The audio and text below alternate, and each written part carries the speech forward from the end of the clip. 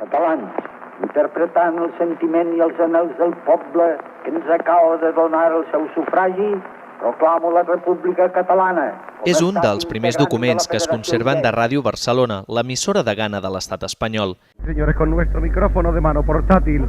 El 1923 va començar a emetre en proves i legalment ja ho va fer a partir del 14 de novembre de 1924. La estación radiodifusora EAJ1 La van fundar membres de l'Associació Nacional de Radiodifusió i al llarg d'aquests 90 anys ha estat un fidel testimoni de la vida barcelonina en tots els àmbits. A pesar de les prohibicions en el context franquista, abans i després, ha donat suport al català com a llengua vehicular amb les retransmissions esportives o el 1963 amb el programa en català Radioscop de Salvador Escamilla. Doncs són les 5 i 1 minut d'aquesta matinada de divendres. Una aposta per la llengua que es manté a hores d'ara, amb més hores d'emissió en català. També ha estat un instrument de democratització de la cultura.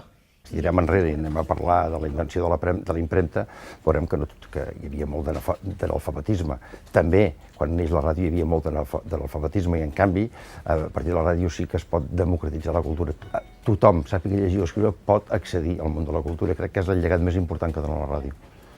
Una exposició fotogràfica i 3 concerts per reivindicar el paper de l'emissora com a punt de llança del fenomen del rock català serviran el proper novembre d'homenatge a l'efemèride.